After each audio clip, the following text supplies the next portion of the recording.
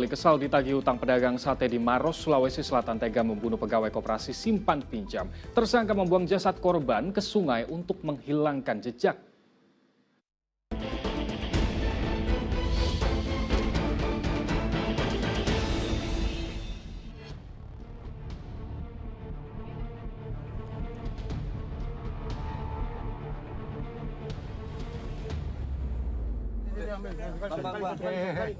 Sungai di Dusun Banyo, Kecamatan Simbang Maros, Sulawesi Selatan mendadak dipenuhi polisi yang menyelidiki adanya mayat pria. Saat ditemukan, kondisi jasad masih berpakaian lengkap dan mengapung di tepi sungai. Kuat dugaan korban meninggal dunia akibat dibunuh. Hasil identifikasi, korban diketahui seorang laki-laki berinisial ATS. Remaja berusia 17 tahun itu sehari-hari dikenal sebagai pegawai koperasi jasa simpan pinjam.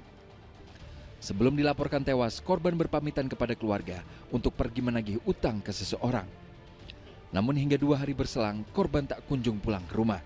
Dari keluarganya melaporkan kepada kami bahwa perlu bantuan, bahwa ada salah satu keluarganya yang sampai malam belum pulang-pulang. Kemudian mereka minta bantuan kepada kami untuk melakukan pencarian.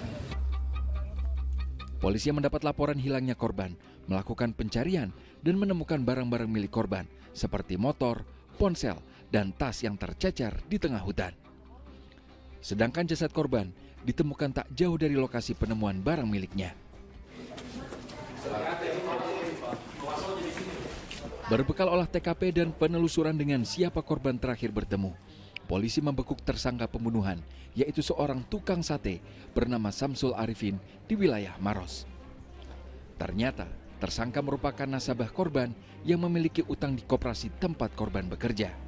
Di hadapan penyidik, pria 36 tahun itu mengakui seluruh perbuatannya. Kesal dan tersinggung atas ucapan korban yang menagih sisa utang senilai Rp960.000 jadi awal terjadinya petaka. Selain olah TKP, kami juga menelusuri kegiatan dari korban ini dalam 1 hari penuh, di mana yang terakhir dilakukan, sehingga kami mendapatkan mengetahui bahwa pekerjaan korban ini adalah menagih hutang atau cicilan dari salah satu koperasi.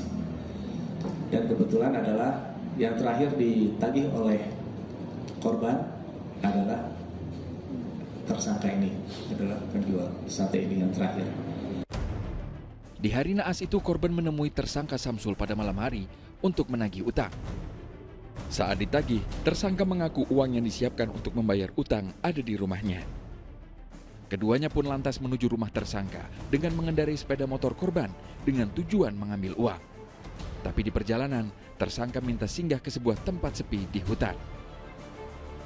Saat di TKP, keduanya terlibat cekcok karena tersangka tersinggung ucapan kasar yang dilontarkan korban. Samsul yang naik pitam menganiaya korban di bagian leher hingga tewas. Sebelum melarikan diri, tersangka membuang jasad korban ke sungai. Begitupun barang-barang milik korban dibuang ke hutan. Atas perbuatannya, kini tersangka terancam pasal pembunuhan dengan ancaman hukuman 15 tahun penjara. Tim Liputan melaporkan.